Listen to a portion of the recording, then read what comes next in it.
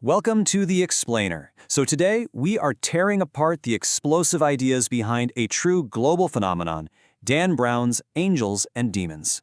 We're going to dig into the high-tech science, the ancient secrets, and of course, the shocking betrayals that made this book such an unforgettable thriller. Okay, let's just dive right in.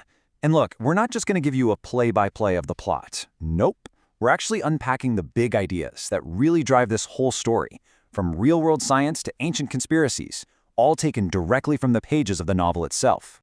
So where does it all begin? Well, it kicks off with a pretty shocking crime, a single murder that immediately yanks us into this high-stakes mystery, completely blurring the line between the ancient world and our modern one.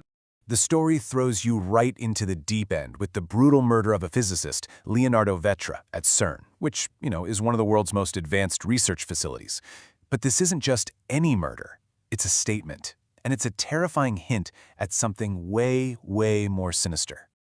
And this right here? This is the core of the puzzle. The killer left a message literally branded onto the victim's chest, an ambergram of the word Illuminati. This ancient symbol is the one clue that pulls Harvard symbologist Robert Langdon into what becomes a truly desperate investigation. So, the murder is shocking, but what was stolen from Vetra's lab? That's where things get really, truly terrifying. See, the killer didn't just take a life. They stole a canister that had a substance inside with almost unimaginable power.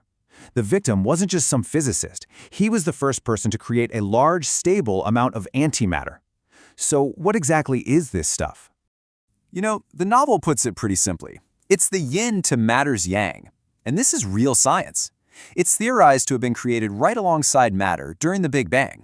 It's a perfect, symmetrical opposite to basically everything we know. And what this shows us is this perfect, almost beautiful cosmic symmetry. For every particle, there's an antiparticle with the exact opposite charge. This core idea of duality, light and dark, science and God, matter and antimatter, that is the engine that drives this entire story. But let's get to the really crucial point here, the power. We're talking about something immense. The book calls it the energy source of tomorrow, 1,000 times more powerful than nuclear energy with zero pollution. But in the wrong hands, it is the most devastating weapon ever conceived, period. And of course, there's a ticking clock. There's always a ticking clock, right? The special canister that's suspending the antimatter has a backup battery, and it's set to die in exactly 24 hours. When that happens, the antimatter touches the container, and boom, annihilation. This thing isn't just a threat anymore. It's a time bomb, and it's hidden somewhere inside Vatican City. So, who would do something like this? Well, the group that takes credit. Their name echoes through some of the darkest corners of history. We're talking about a brotherhood that seems to be back from the dead. This group is the legendary Illuminati. Now, the novel frames them not as some kind of cult, but as an ancient society of scientists persecuted by the Catholic Church for their enlightened views. And now, after centuries of silence, they have apparently returned to settle a very old score. Their plan isn't just about destruction, though. No, it's way more symbolic than that. They want to use science's ultimate creation, this antimatter, to completely annihilate its oldest enemy, religion, right at its very heart and on its most sacred night. So, you've got a bomb hidden by a secret society that's been underground for centuries. How in the world do you find it? Well, you have to solve a puzzle that's hundreds of years old, laid out all across the city of Rome. You have to follow the path of illumination. Think of it like this ancient cryptic treasure map, designed so that only the most brilliant scientific minds could follow the clues and prove they were worthy of joining. And now, Robert Langdon has to race against time to solve it and find that antimatter bomb. So the path is marked by these 4 altars of science. They're sculptures made by the artist Bernini, hidden in plain sight all over Rome. Each one stands for a classical element: earth, air, fire, and water. And each one marks the spot where a kidnapped cardinal is going to be murdered, one every hour.